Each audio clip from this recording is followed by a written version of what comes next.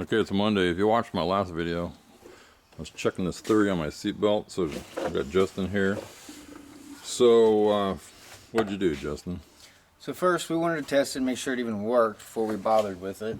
We tried testing it just as it sat and we didn't really get a reading, so I blew some air out and then we tried to take this cover off, which I just took my trim removal tool and got it under the front and I did one side, and then once that side came up high enough, the other side just came right off.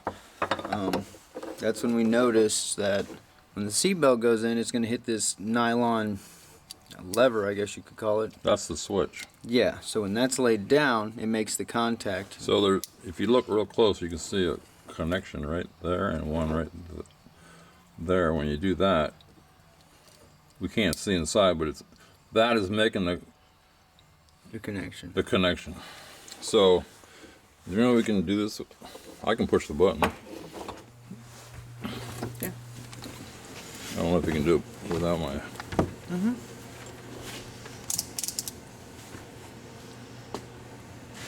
So right now, what we have is we have two wires that aren't touching, because I said those are grounds, and the switch is off. So let me get the meter over here. Yeah. So we got the connection. We got no reading. So the belt goes in like you're putting it on, and there she goes. Take the belt off. Belt on. Hardly any resistance. So now, well, I don't need to do it. But if you slip the seatbelt in, like Justin was saying, it'll push that knob down And create the contact. Yeah, this is disconnected here. But anyway, that's how it works.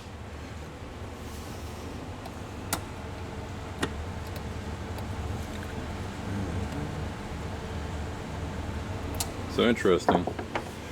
So this is the one I had in there. Again, this is on the column side. So what we did, actually, to get the cover off, see this thread here? Yeah, this one had one as well. We just took the thread out. Then this will slide out. This is what's keeping it in the case. So we're going to try to. This is the one I had in the car. This is the other one. I don't know what year this thing is, but we're gonna. Right now, he's going to try to put this in here, right? Yeah. Basically the same way we took it out of that one. We're going to cut the stitch on both sides and pull it through. See if it works.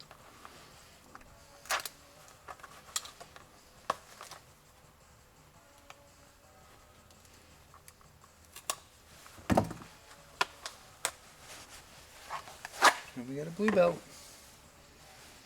You know, see if you can get that other one down through there. Well, this plug's going to be a problem. Well, I'm going to take half of it out and that'll help.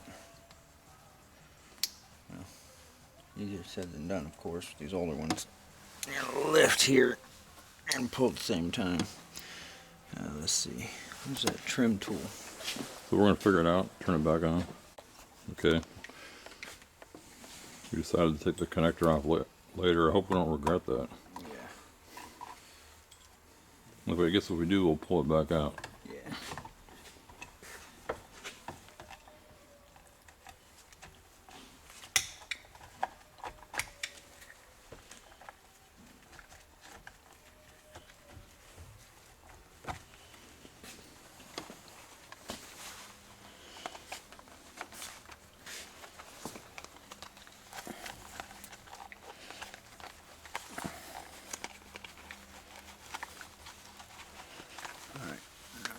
There it is.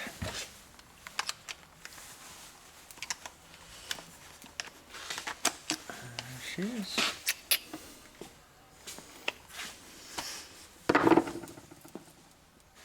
That's it. That's how we did it.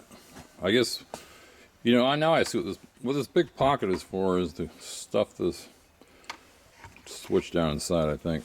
But screw it. That's what we're doing. So it mounts like... The Gene would face the center console. So you had to lift that up when you put the bolt in? Yep.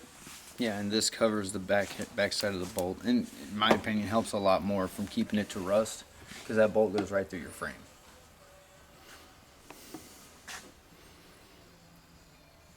And somebody cutting this one, I don't think it would have helped much, or it could have had a plug in it, like you said. Oh, you know what I see now? Was the other one like that? That big old piece? What, this one? No. The other one was like this? Mm-hmm. Not like that? Yeah. We're just talking about stuff. Anyway, the point of this is it's a ground, and I guess you can switch covers, and you can switch. If you got a bad cover here, you can change that. This is a sticker. This one's got a piece that runs all the way across. Ours didn't. Ours? Yeah, see, ours is just the metal. This one's got that metal, but then another plastic piece running across it. There's no year on it, right? No, not that I can tell. This one has a 3 and a 4 stamped in it, but I doubt they made it 30. What about on this end? And 111 on that one. And this one, it's just R. So this was actually the right side, I believe. Which would be Passenger. passenger? Mm-hmm. Yeah. I think the way the curve is, so it would mount to that. Okay, so anyway, getting back to, said something stupid in the video. It has to be the passenger side, because on this side, I have this. So, anyway. So the wire we were talking about in my last video, there was a cut wire right about here, right, Justin? Yeah. So I ran it over to there. I already got it. We spliced it in. So now we got to get it down to, This is it right here. yeah, but now we got to get it down to the seat belt. Yeah, which what I'll do is I'll run it to that same thread hole and just cut it open a little more and poke it through. So But what? there's only one wire. You're right, and I think the other wire,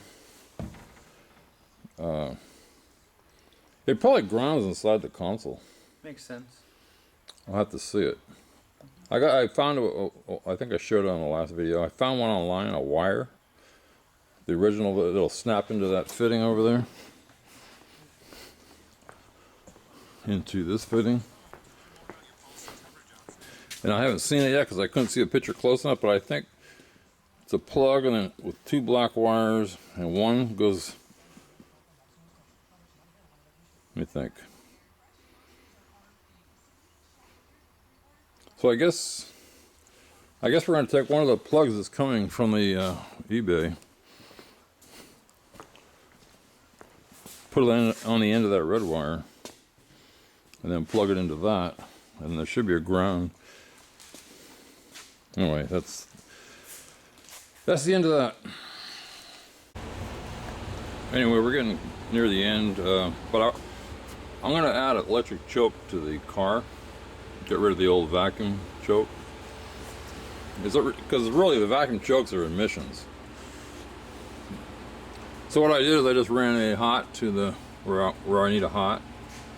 I'm just testing it, ground, and it's slowly moving. We're just seeing how long it takes. It started down where my fingernail is.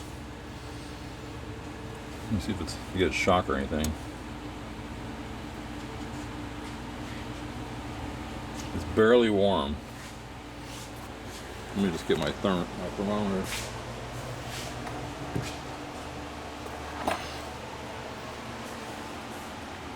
Haven't used this for a while. Let's see if it's still.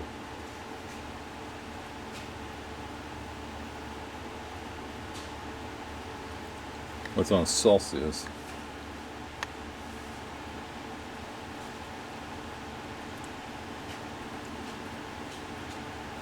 These things are hard to read because where the dot is doesn't mean it's reading where the dot is. Let me move it around until it steps up. 104. 109.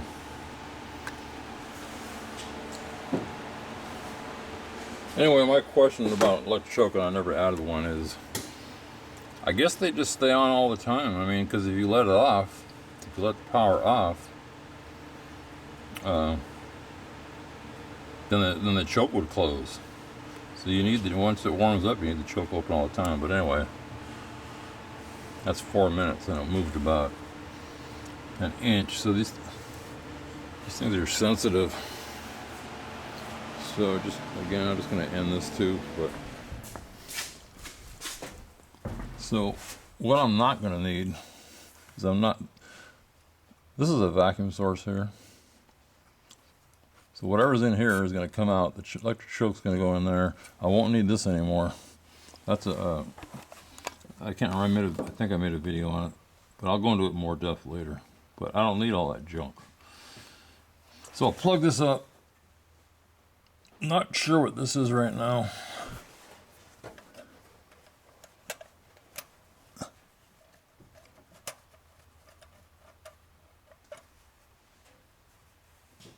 So this is making its own vacuum. So this is a second, anyway. I'm getting off the electrical. So that's what like I say, I want to go through and this is just a bunch of information I printed because it was up my house. I'll turn this thing off. Go, but what'd you discover? So, About these seat cushions. So when we first tried to recushion the old seats we had, I realized that the bottom of the leather had stitched fabric that was there for a reason, as in the hog rings to go through. And then I noticed down into the seat, the bucket of it, if you will, there's a metal wire running. And they had hog ring tied the fabric to that to give you this bucket look to it. So what he's done is he has another one, but that is A hog ring. down in here. Yeah. He's following this material. We don't have another piece here, but anyway. So he's gonna there's a metal bar in here right there. Yeah. Running along this way. So he's gonna do it here, I guess here, and that'll suck it into those grooves. Yeah. And it'll give it that bucket. So here's one he's got in, and for instance, over here, there's nothing. Right. That'll give that. Nice smooth. You got that. Seems like a wrinkle for no reason, but that's what goes down in there. Find it. And once that's down in there, you get the nice look. So apparently that's why there is metal in these seats. Yeah. In the foam. Okay, anyway, that's just sidetracking. He figured it out. Now he's going to suffer through it. Yeah.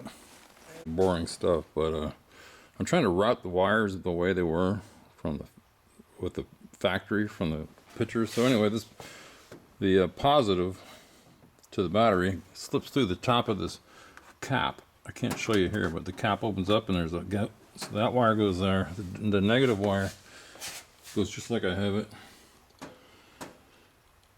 The battery, I got a battery. So anyway, it goes like this, just to be clear. That'll go like that, and this will go like that.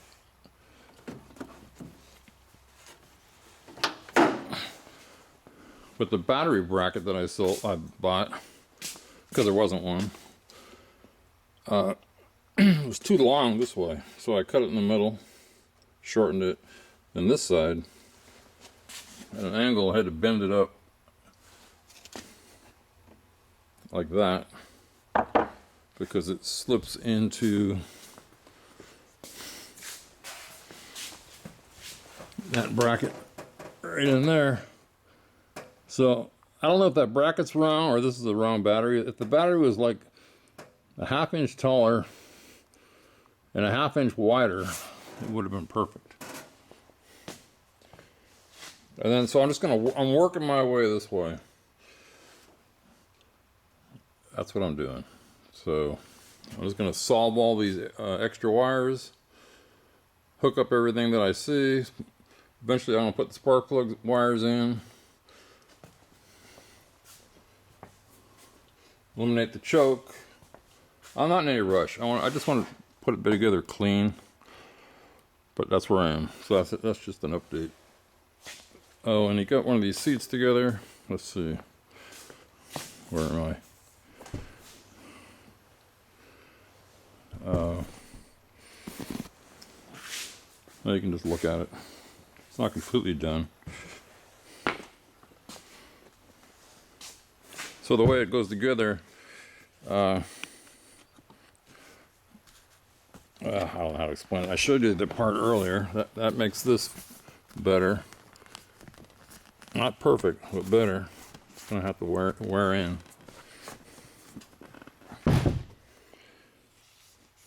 And then we got this that doesn't really connect to anything. So I just told him to drill some holes in here. Put some hog rings right there, because there isn't any. And anyways, and then, oh, let's see. Where am I?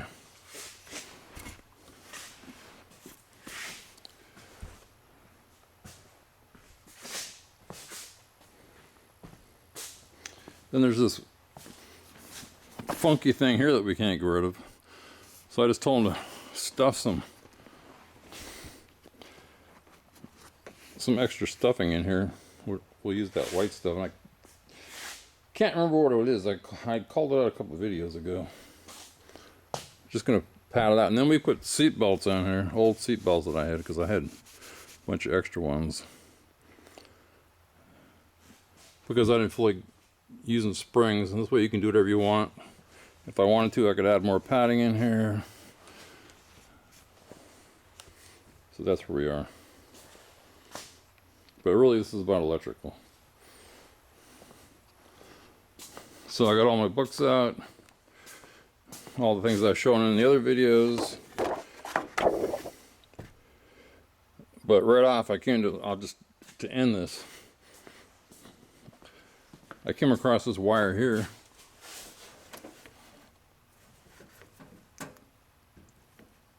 It says red on the drawing.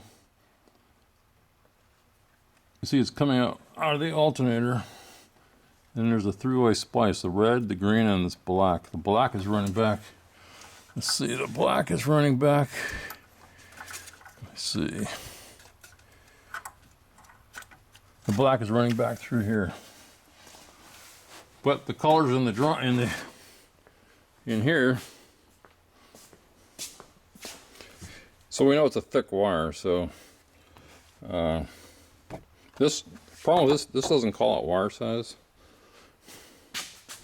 This other one blew in here when the heater went on. I'll just show you this is how, again, I'm just explaining how I do stuff. Maybe it'll help somebody else. So we know we have a thick black wire with a thick gauge. And the only one that's about that gauge, it says black red. So it's got to be that one. Yeah, just to add one more thing, I had an extra wiring harness, like I said before. And so what I did is I cut off all the connectors and wire. And what I need plastic shielding. So I'll use it whenever I need it. And then over here, I mean, this stuff is worth something to somebody. I got a box full of connectors that I cut off. A whole box of them. And then I got a bunch of wire. So again, that's just how I'm doing it.